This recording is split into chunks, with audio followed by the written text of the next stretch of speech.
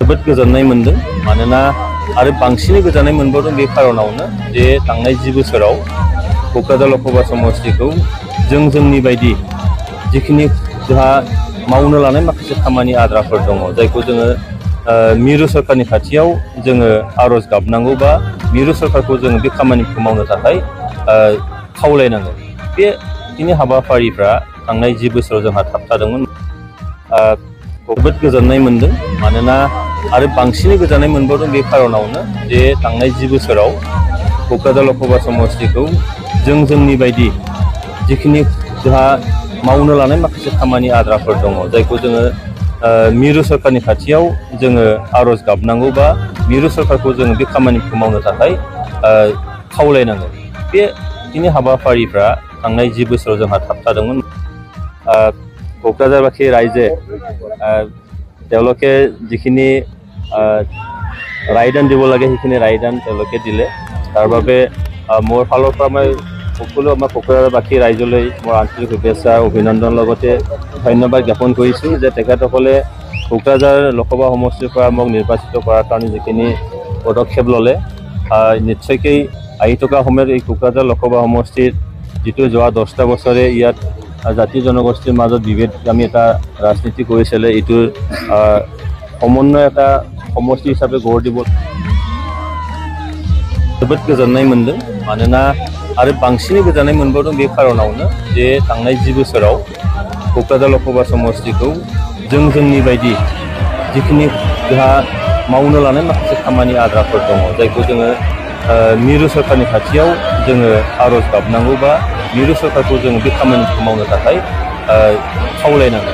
बे दिनै हाबाफारिफ्रा थांनाय 10 बोसोराव जोंहा थाबथादोंमोन मानोना बादा होग्रा सुबुङासो दिनै बे बियाबनिफ्राय देरहालांदोंमोन। बेनिखायनो आं जोबोद गोजोननाय मोनदों बेखिनि रायदानखौ जोंनि क'क्राझारबासী रायजोआ बे सुजुगखौ आंनो होबाय आरो बे सुजुगखौ आङो गोसो गोथारै गनायनानै लादों। जिखिनि रिजाल्ट फैदों बेखौ आं गोसो गोथारै गनायना लादों आरो क'क्राझारबासী रायजो राजाफोरखौ आं आंनि गोसो गोरबो सिंनिफ्राय आङो साबायखर जासिदों। आंनि दोलोनि जोंनि दैदेनगिरि बिबानगिरि मावथि लोगोफोर आरो जोंनि मित्र जथनि बिजेपि एजिपिनि दैदेनगिरि बिबानगिरि मावथि बिथांमोनखौबो आङो आंनि गोसो गोरबोनिफ्राय साबायखर जासिदों। दोलो आफादफोरनि जायफोर दा ससियेल अर्गानाइजेसनफोर दङ फरायसा आफाद माखासे माहारियारि आफादफोर बिथांमोनाबो मदद खालामदोंमोन बे बिसायख'थियाव जायनि थाखाय बेबायदि रिजाल्टआ दिनै फैनो हादों। बेनिखायनो आं गासैनिसिमबो आंनि गोसो गोरबोनि माने साबायखरजों लोगोसे खुलुमनाय सिबिनायखौ आं हरो।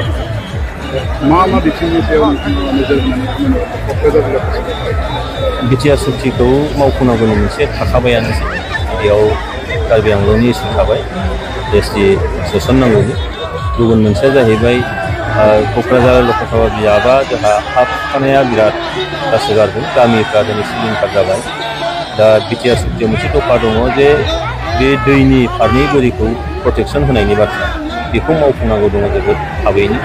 नैबे ओनसोलाव जों नुदों जे साहा ओनसोला दाखालि खरां बोथोराव दैखरफ्रा रानजोबदों बरिंफ्रा रानजोबदों दैमा दैसाया रानजोबदों मोसौनो जुनारनो दै दौनोबो दै थोबसेसे गैयै जादों मानसिफ्राबो लोंनो मोनाखै दुगैनो मोनाखै।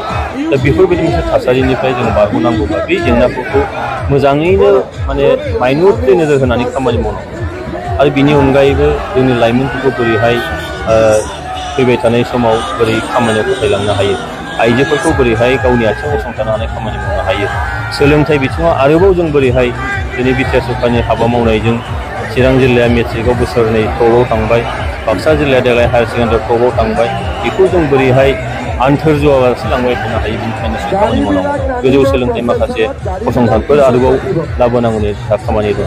गोजोन थासारिखौ जोंहा गोजोर खालामनांगौनि खामानि मावनांगौ दं।